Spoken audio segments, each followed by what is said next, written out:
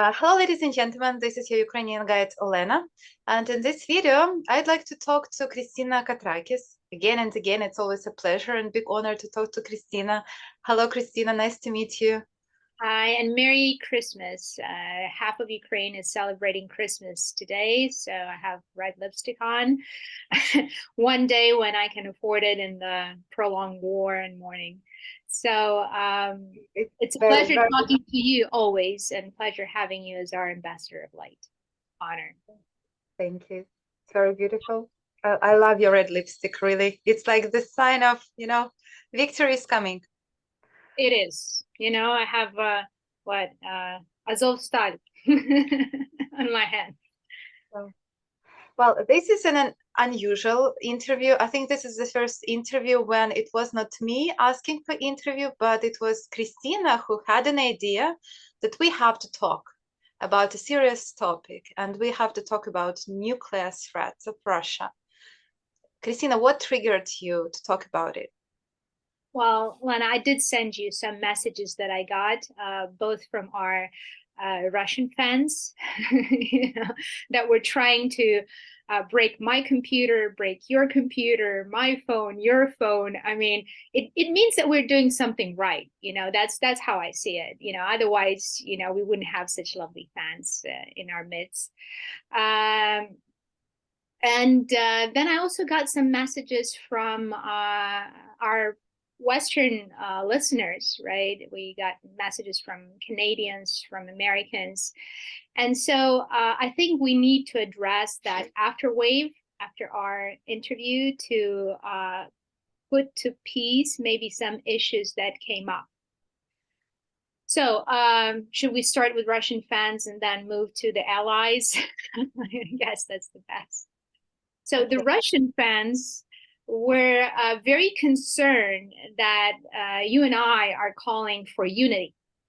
Okay, so it is obviously the greatest threat right now to Kremlin because all these are fake accounts and bots that are, doing this job.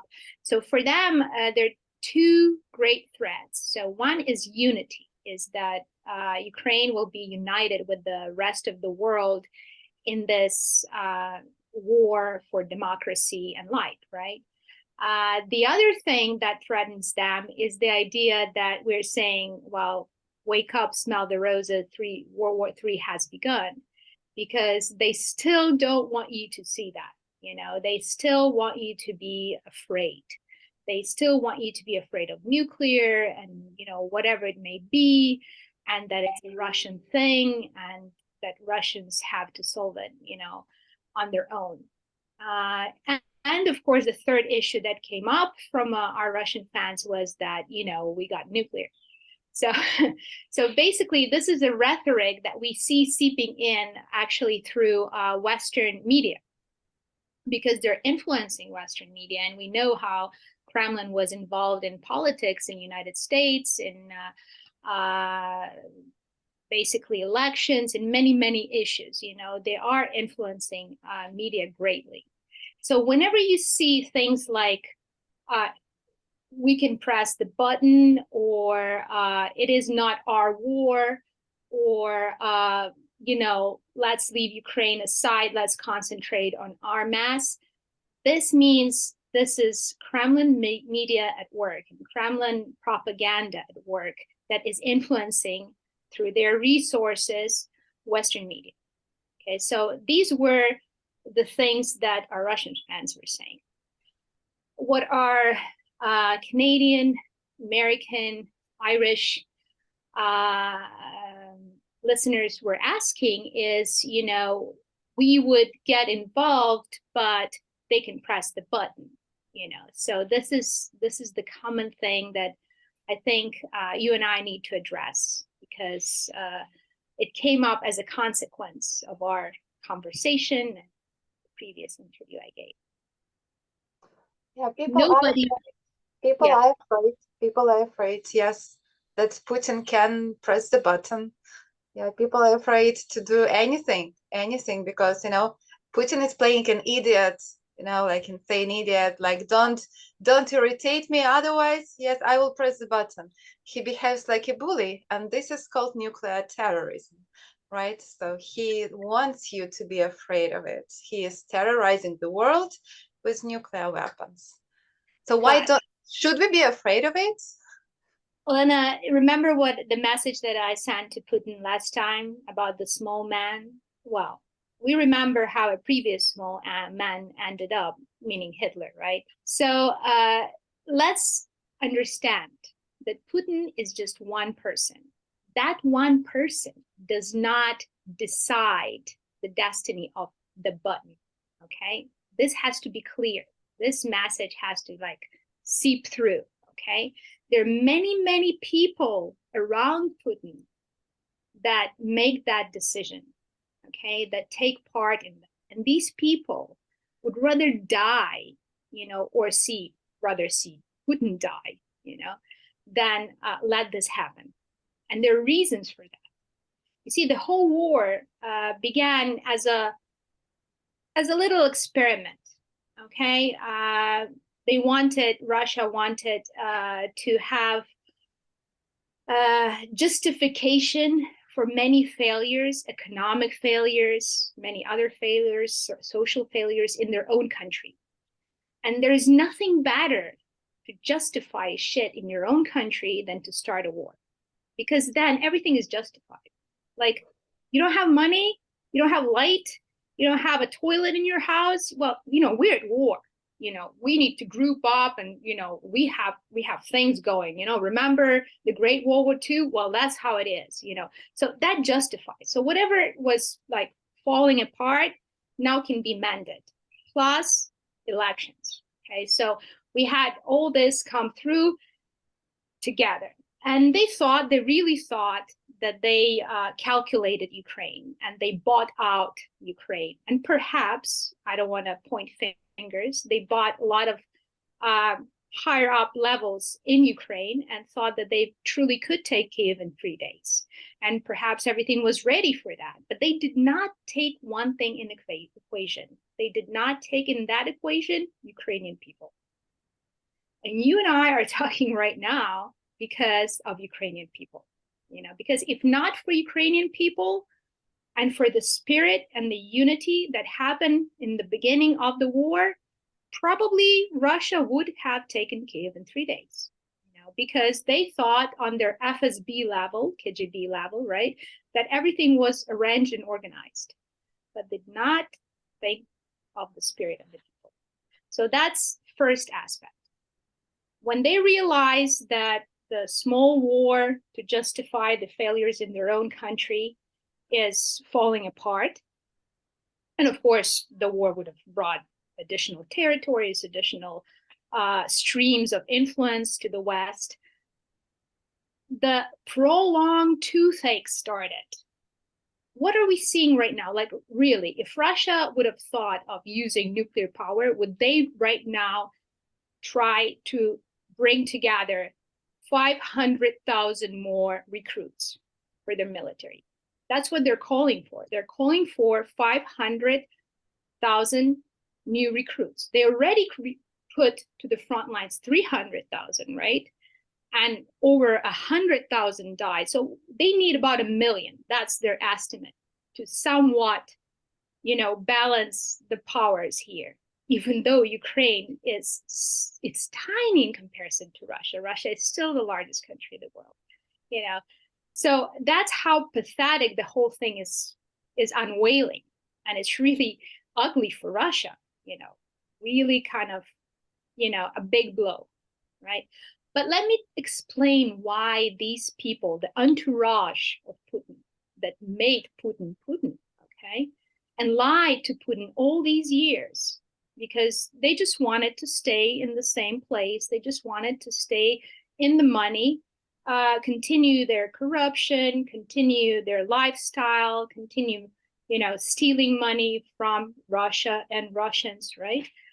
And so it was easier to lie to Putin and kind of, provoke that megalomania within him and keep on telling him that everything is hunky-dory and you're actually, Napoleon, you're Caesar, you can conquer the universe, and whatever. And when it came to it, the guy really believed, because there's psychological issues with a person, and they just grow as people make them grow, right? And so when it came to the war, we realized that there are no tanks, that everything is falling apart, everything was sold, destroyed, rusted, and all this picture that was painted to this poor, pathetic man was a lie, a major lie by his entourage. Okay, so now he's caught within that lie and he has to do something. In addition, Putin is gravely sick.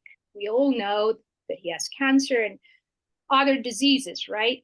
And at very bad stage, so to say. So it's like, waiting for Putin to die. Medics are keeping him alive, but, we know that sooner or later it will happen. But the button is controlled by his entourage, by many people. It's not the decision of just Putin picking up the phone and making that happen. And that entourage would rather kill Putin than would let him press the button, because then all their lifestyle, everything they were building for these decades will be gone. And they don't want that. They want that to happen because their funds are outside of Russia. Their children live outside of Russia, in luxurious, comfortable neighborhoods. And the last thing they want is for the nuclear war to begin and to nuke the rest of the world where the families live, where they are located. And they know that that will be the end of Russia as is and the end of their power. They started this war to stay in power, to kind of push back the nation and say, okay, we have problems, economic problems, not because we were stealing for decades from y'all, but because, there's war. So now they have to come out of this in some way, okay? And the coming out of this will, one way or the other, for Russia will end at the discussion, just as it did for Germans, right? And finding solutions. And they will pay the price for what has been done. The second aspect why the nuclear thing will not happen, okay, is China. China is against nuclear thing. Its rhetorics again and again is, Beijing is against the nuclear thing, against Russia pressing the button, and Russia listens to China. Perhaps China is one of the greatest influences right now on Russia for two reasons. Russia hopes that China could be the ally, but Russia also knows subconsciously that China is their probably greatest enemy right now. So what China is doing? China is waiting for Russia to lose the war to Ukraine so they could take part of Russia. And trust me, it's going to be a bigger part than what Russia is taking right now from Ukraine. So there is a game inside of game inside of game. Okay? And before we say, oh, he's going to press the button, we have to understand who's he and where's the button, okay? And all the players involved. One more thing that I'd like to add about, I'm not a big expert, but what I'm sure in is that if Putin could nuke and this would help to take Ukraine, he would already do it. Now, and the same before every big day, before the 9th of May when I was in Kyiv, before the Independence Day of Ukraine when I was in Kyiv, and there was this, fear that he's gonna destroy Kyiv right now, destroy Ukraine right now. I was like, if he could, he would already do it, in the first 3 days, 3 weeks. The only reason why he doesn't do it, he can't. Yes, and the reasons why. Allow him to do it.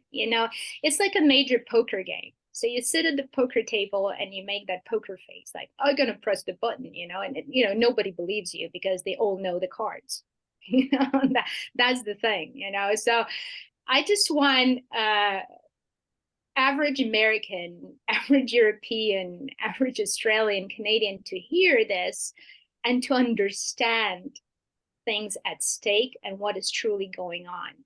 I think that a big plan, NATO plan, American plan behind it was also to, through the war in Ukraine, to make willful revolution within Russia happened, okay?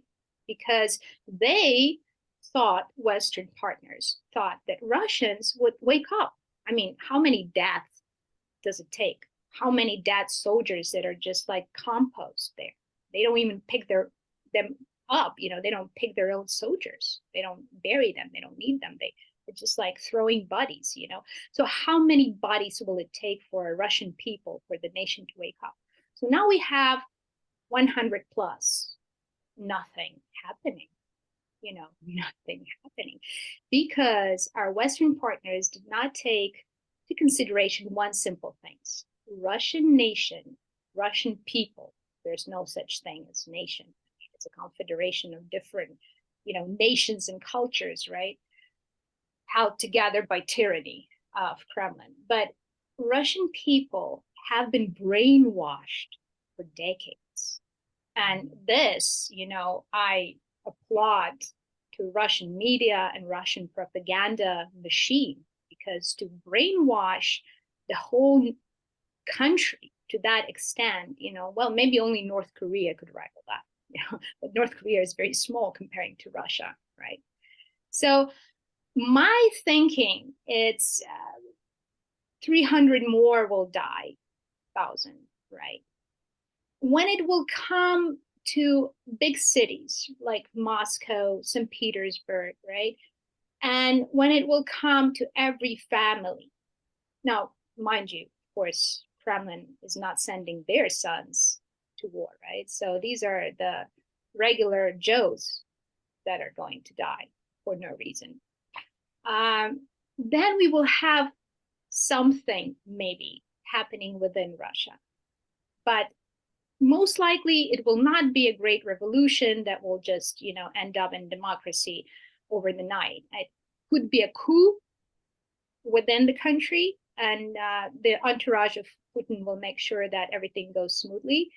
But it's vain. We're waiting in vain for Russia to change. It's not going to change. And 100 more thousand dead soldiers, Russian sons, will not change the whole picture, because the nation has been brainwashed until there's no tomorrow. But this picture is very serious for Ukraine and the rest of the world, because 500,000 Russian soldiers deployed to fight against Ukraine for Ukrainians means live or die, okay? Because we are a small country comparison to Russia, okay?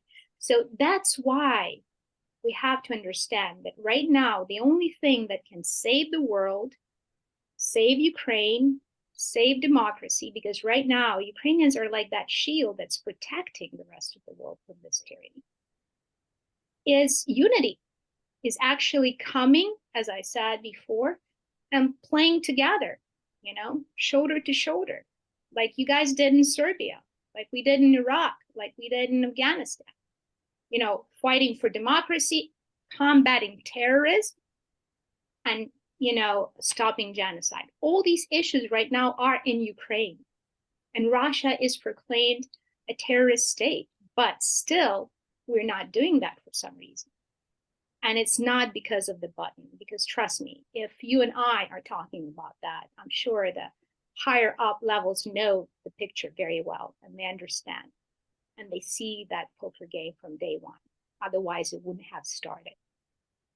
But the point is, for Ukraine, right now, it's a breaking point.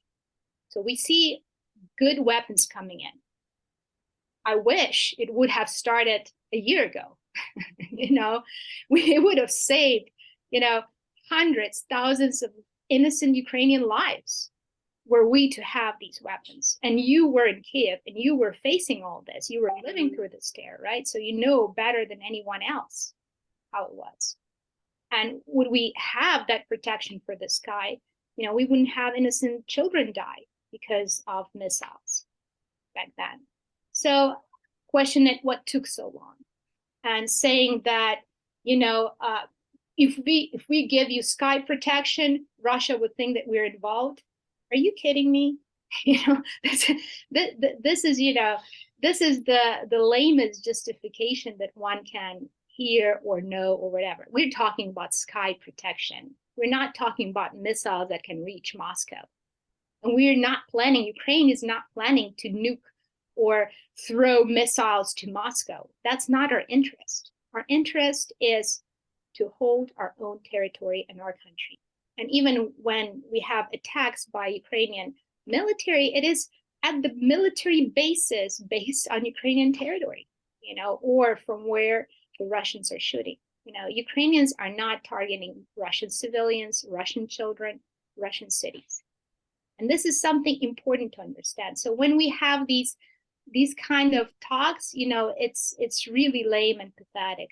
The other thing that really surprises me, for example, Irish News asked me over and over again about will they reciprocate? Will Russians do something because Ukrainians destroyed the Russian base based on Ukrainian territory? Okay. We're fighting a war for a year now. What do you mean, will they do something? You know, it's like, I attacked another country, you know, I destroyed Moscow, I killed innocent children. No, it's a military base based on Ukrainian territory, taken illegally by Russian troops. You know, it's war, and Ukraine has been at war with this terrorist state for over a year alone. And only now we see some weapons coming. Only now we see, you know, something happening. But what we need to see is shoulder to shoulder, is showing the unity, not believing Russian propaganda, and knowing very well that nothing of the button type will happen, okay? And trust me, if we were not afraid to go into Iraq, who supposedly had weapons of mass destruction, then what's stopping us now? You know, what's stopping us now? You know, so that's the whole picture. What my answer to Western allies, if you're waiting for a speedy revolution in Russia because of the war in Ukraine, it will not happen, okay? If you are waiting for Russia pressing the button, it will not happen because the entourage of Putin will not allow it, because their livelihood depends on that. And Putin is just a small figure with people around him. You know, this is like a house of cards. In number 3, what Russia is afraid of right now is unity, and showing that unity and standing for what is right. And you've done that in Iraq, you've done that in Serbia, you've done that in Afghanistan. You have no excuses at all for not coming and playing the game shoulder to shoulder, for not being directly involved and standing up for democracy in the rest of the world. Christina, why, if it's not the fear of nukes, why is the West so slow in helping Ukraine? What's the real reason behind it? There's, okay, no excuses, but what's the reason why? Well, I think for a long time, and I think that's why only now we're seeing the real weapons kind of coming in slowly, and it's still far not enough. For a long time, they were actually expecting that Russian people will rebel, because they're losing not to NATO, they're losing not to the world, but they're losing to Ukraine. And it's humiliating. And people don't understand why their sons are dying in the war with Ukraine, because Ukraine did not attack Russia. Okay, so when losses became bigger and bigger on the Russian front, and when they lost Kherson, which was a big blow, right? Kharkiv region, you know, that's like, you know, really hitting below the waist, so to say. We start hearing on Russia media rhetorics that they're no longer at war with Ukraine, but they're at war with NATO. Even though there are no NATO forces in the country, right? But they have to justify it somehow to their people. And so the West was afraid that if they would enter into the conflict right away, the Russia would see it exactly as the war with the West, with NATO, and there would be rhetorics like For our grandfathers, let's grab our shovels and go in the battle, you know, like World War II kind of thing, which would work in Russia, you know, with their brainwashed mentality by now.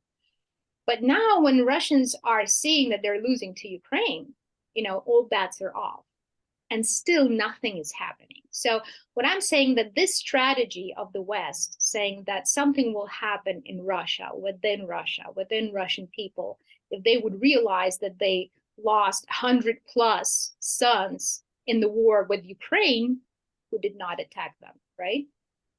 For no reason. Then they would change. There would be a revolution. There would be uprising. There would be something, you know. But what I'm saying, they did not calculate, they did not take into account that the country has been brainwashed for decades. Generations grew up in this brainwashed machine. Okay, so, and they will not rebel. They will not rebel until it truly will touch, you know, the upper echelons. And, you know, trust me, their sons will not go to fight this war. You know, so when I'm saying, okay, maybe 500,000 soldiers plus could start something within Russia, but still on a smaller scale. But 500 plus Russian dead soldiers for Ukraine would mean, you know, life or death for all Ukrainian nation. And that's what I'm saying. What's the point on waiting for Ukrainians to die? What's the point on waiting for more children to die, or more soldiers to die, to guard you from this terror? Because it will not change the mentality of Russia within. And that was the game that essentially was played at that poker table from day one. And we're seeing that it's failing because of propaganda machine.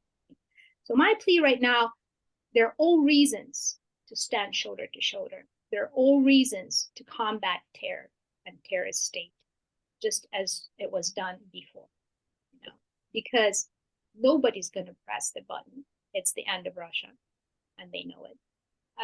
Nobody is going to do revolution tomorrow. We already waited for a year with 100,000 plus deaths. Nothing has happened, and we've seen the, you know, pathetic brainwashed machine in action. And how long Ukraine can protect with their own bodies the rest of the world, that's right now the biggest question. And it's very cruel to put that on the shoulders of Ukrainians when the whole world is at stake. Thank you, Christina, for your interview. You're welcome. And thank you for caring and doing a great job. Слава Україні! Героям слава! З Різдвом Христос народився. Славімо його!